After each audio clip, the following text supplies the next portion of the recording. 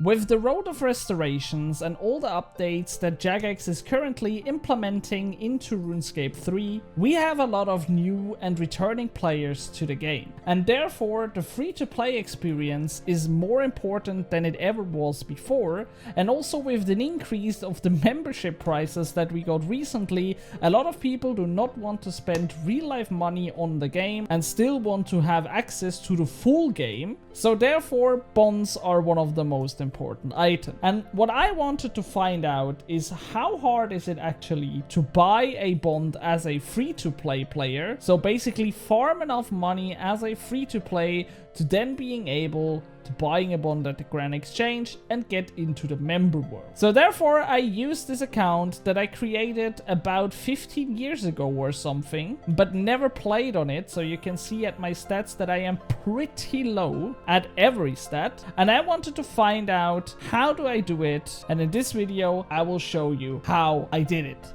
Okay, so first of all, there are some pretty good money makers out there that can make you up to 10 million per hour if you are efficient enough, even as a free-to-play player. But a lot of these money makers require you to already have some money that you can spend on the money maker himself. So therefore, the first thing that you have to do is get some starter cash. And this was also the point where I started, as you all do. So the first thing I did on the account was maybe the simplest activity that I could imagine. I went to my bank, took out a bow, I think, or was it a sword? I'm not sure anymore. It also doesn't matter. You just have to to use a weapon. And then I went to the chicken pen that is up here. And yeah, this one here, I think this one is rather a noob trap. So I went to that chicken pen right here and started killing these chickens. Because what I learned as a free-to-play player is that there are some items that are easy to get and are still worth a lot of money. Because one raw chicken is actually traded for 2k coin, which is kinda a lot. But yeah, this was basically the first thing I did. I just massacred all these chickens right here. Also, the really good thing is when you do it at this chicken pen right here, you have a really short way to the bank. So you can just run right here to this chest and then bank everything and then go back to slaying chickens. And this is one of the first money makers that I abused on the account. It's not a lot of GP, so you cannot expect to make tens of millions of coins per hour, but it's definitely some decent starter cash. The next thing I noticed while I did this is that this is something where you have to play active. And for me, that also plays a main account in this game and sometimes just want to have this on a second screen, I had to find a different way of making money on the side. So the best thing that you can use then are the gathering skills, because the most of them are pretty AFK-able. So this was the next thing I basically tried to find out. What gathering skill can actually make me some money? Therefore, I teleported to Bertorf and cut a tree just to see that a log is less worth than a chicken. So I kinda scrapped that or burned it down. I then went into the mine to check what ores are actually worth some money and realized that tin, copper and iron are all worth less than the log that we took a look at before. But then I noticed these common gem rocks and they actually have some pretty valuable items when you mine them, because you can get the red topaz for almost 3k coins. You can get a opal, which is not worth that much. The lapis is something you have to drop, but you can also get some jades, which are worth quite a bit of money. At the moment, the GE price for this one is 6.5k. This is really a lot for a free-to-play item that you can just gather. So I mined a little bit of them. And one method that I then also tried out before I find my one and only starter cash method was killing wisps at the bottom of the mage tower. For this, you have to just run through Draenor, and then just right here outside of the mage towers, you have the spell wisps, and if you kill them,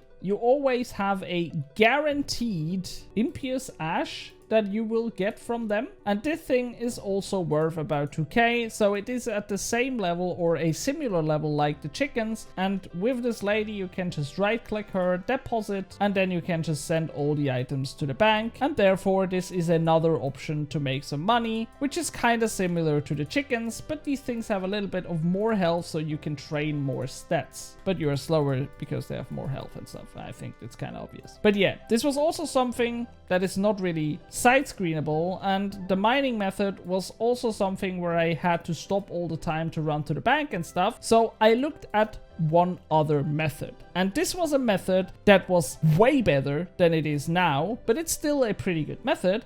And we are talking about archaeology, because archaeology is a member skill, but as a no member you can train it to level 20, which means that you have access to the current dig site. At the current dig site you can actually dig out some artifact, but most importantly also some materials, because when you are digging down here with all the bots that are here located, you have the chance to get the 3 items out of these excavation spots. It's the ancient gravel that you can store into your soil box, then you have the 3rd age iron, which is worth over 3k, and you have the Sarosian insignia, which is worth almost 7k. You then also have the artifacts, but I first banked them and later destroyed them simply because I had no use for them, and these things are actually worth quite a bit for some free-to-play gathering. And the best part about this is it's really AFKable. You can just press and then you can wait until either your inventory is full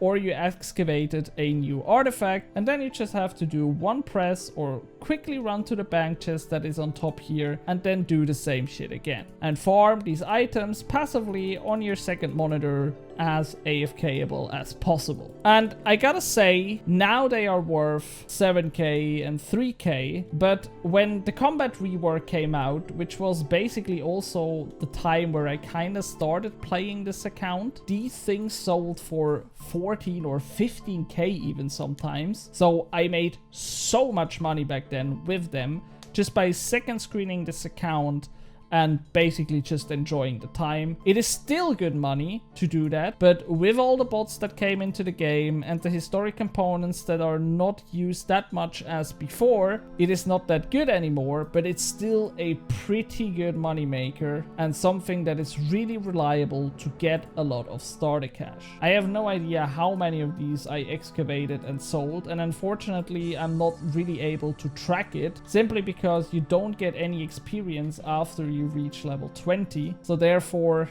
I can only tell you it was a lot, especially when the combat update came out. Okay, so with that method that I also used basically to this day, it was just my go-to method when I wanted to do something AFK, I then finally had some starter cash. And with this starter cash, I basically unlocked 3 more methods that I used a lot on this account. And I gotta say, one of these methods is kinda insane at the moment, also because of the updates that came out recently. And these 3 methods are actually pretty simple. The first one is simply tanning high. If you're familiar with the money making on a free-to-play account, you have definitely heard from this one, and it's as simple as it gets. All you gotta do is buy either blue dragon hides or green dragon hides. Always check the prices before you do this, because one will be better, and you need a portable crafter. If you put down a portable crafter here in Lumbridge at the bank chest, you have it right beside you. When you have put this down right here, what you can do on this is you can craft, you can cut gems, you can clay crafting, or you can tan leather, which is basically the whole method. Because all you want to do is take out this leather, press on the crafter, and then tan it so it gets from the blue dragon hide to the blue dragon leather and increases in price. The fastest method to do this is to set up a preset with full inventory of blue dragon hides, because then you can basically just load this one time, and after you have loaded this, you can right click this chest and press load last preset, which always loads this last preset that you created. And on the crafter, you can right click it and configure it. And then you can choose tan leather, which means that the tan leather option is always the first one. So then you always only have to press right click on the bank chest, load last preset, press on the crafter, press space, and then you have your inventory completely converted. And this is a method that is insane good money at the moment.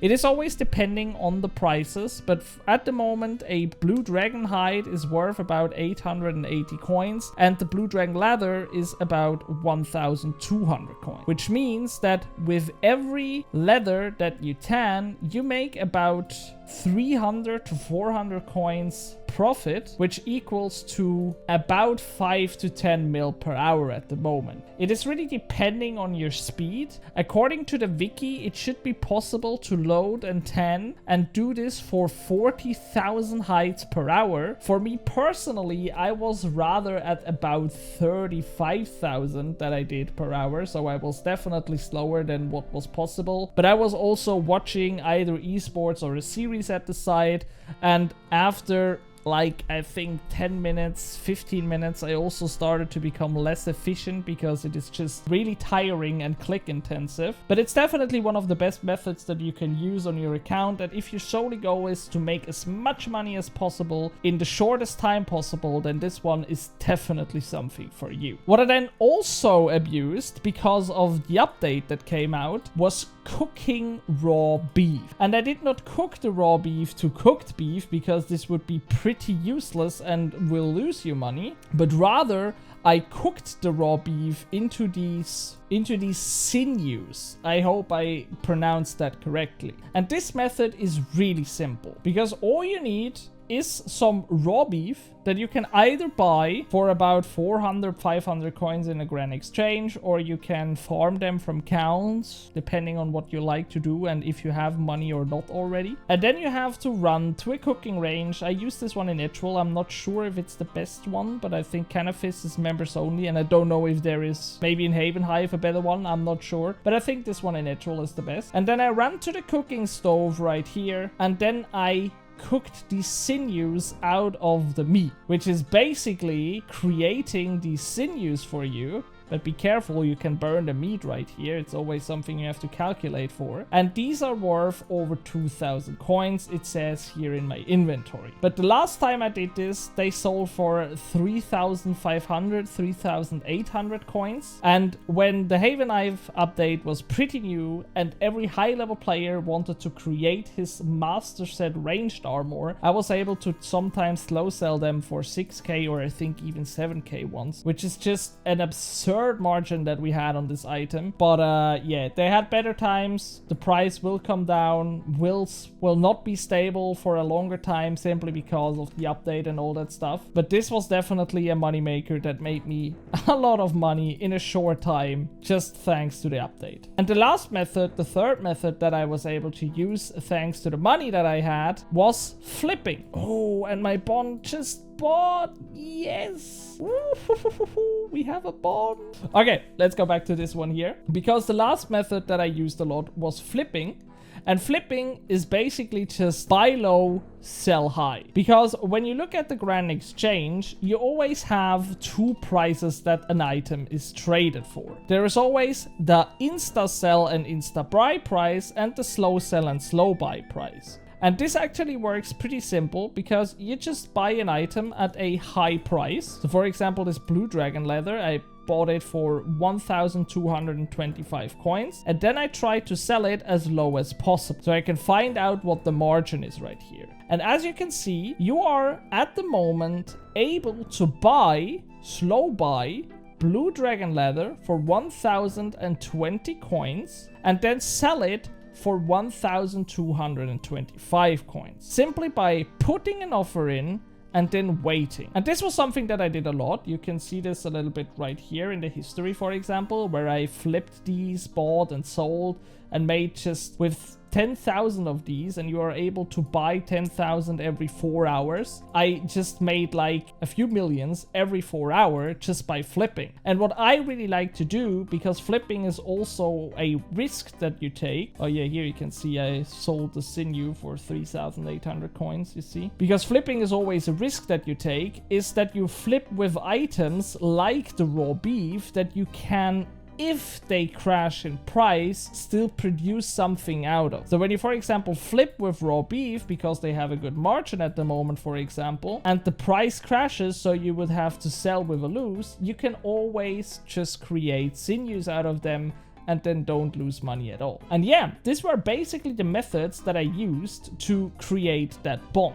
Okay, but after I played these 3 or 4 weeks on this account and made a lot of money with slow methods and click intensive methods and stuff, I gotta say 2 things for this journey. First of all, it was not the best experience that I ever had, because a lot of these money makers that I used are pretty click intensive, or what I find really annoying, are good in terms of making you some money but don't progress your account at all, because cooking the sinews gives you 3 cooking XP per meat, which is basically nothing. Using archaeology as a moneymaker is capped at level 20. You will not level above this. Tanning dragon leather will not give you any XP at all and therefore not progress your account at all. And killing chickens or wisps gives some combat XP, yes, but is pretty click intensive and not good combat XP at all. So a lot of these methods are just spending a lot of time on the computer on RuneScape